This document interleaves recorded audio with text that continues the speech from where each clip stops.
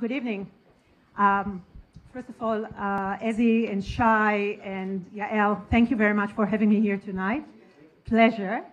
My name is Sharon Barley. Currently, I'm the Israeli Deputy Ambassador to the UK. I've been here already 3 years.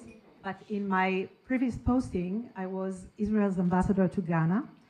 I spent 4 years in Ghana between 2011 to 2015, and I was actually the first Israeli ambassador to Ghana after 38 years in which we hadn't had a resident embassy in Ghana. So I had a pioneer's job to do. I still have some dust under my fingernails from these years. But you can imagine whoever has any type of experience working in any of the African countries knows that Africa gets under your skin. You can check out, but you can never leave. And, and I can tell you that I carry a piece of Ghana in my heart wherever I go, and I do believe that a piece of me was left there. Living in Ghana and having the opportunity also to travel parts of the continent, I've learned about the great potential of this place. And of course, Africa is not a country. It's a mosaic of 54 different countries with different economic characteristics and regimes and so on. But in general, I have to say that we're looking at a continent with young population, with trainable population. We're looking at many countries in Africa that are going through democratization process, development of civil society. We see economies that are showing constant growth, not all of them, but many of them. And with this economic growth, we see the development of middle status. We see that there are more and more people with purchasing power in the continent. And because of the lack of infrastructure that was mentioned here before, we see that in many of the countries, there is a leap in technology, a technology leap. For example, people who never had landline will carry 2 cell phones. And places that were never connected to electricity, now they have solar panel outside and they get solar power.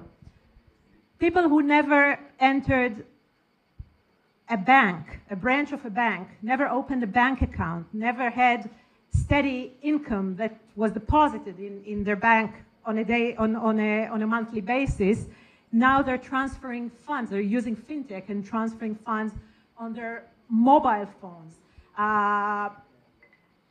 medical diagnostics, etc., etc. I mean,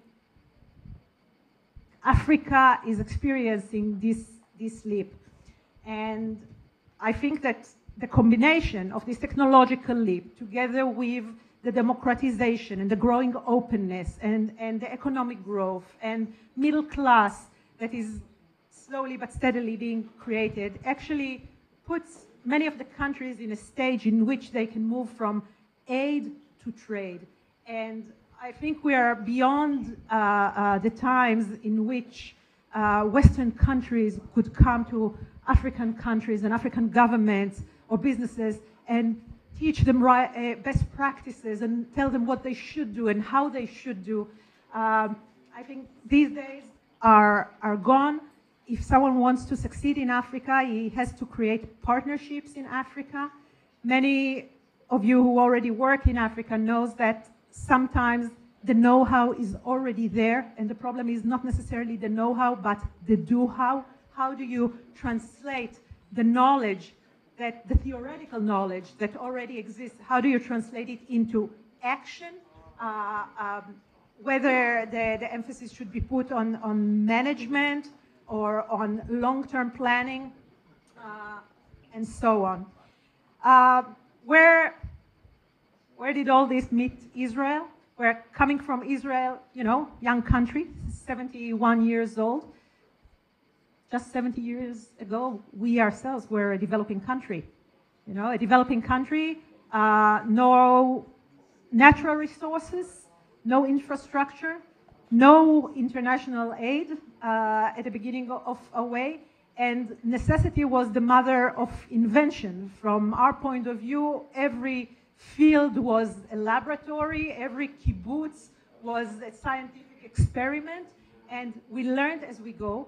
And the beauty about Israel today, which it's been long since we were a developing country, we are now one of the leading countries in innovation, in entrepreneurship, of course, due to our very high investment in R&D. But the beauty about what Israel does and the technologies that are being developed in Israel is that we are sharing this with the world, whether it is through our international development agency called Mashav, whether it is through 2 UN resolutions that Israel has initiated and led. One is for agricultural technologies for development, and the other one is about entrepreneurship for development. And we are trying to punch above our weight when it comes to sharing technologies that are suitable for the developing world. I'll just wrap up and I'll say that to succeed in Africa, patience, a lot of patience, a lot of respect to local traditions, local heritage, and the way that locals are doing business. Highly suggested local partners, maybe even a must. And of course, very sensible, smart, well-planned, long-term business program. So good luck to everyone and continue to enjoy the evening.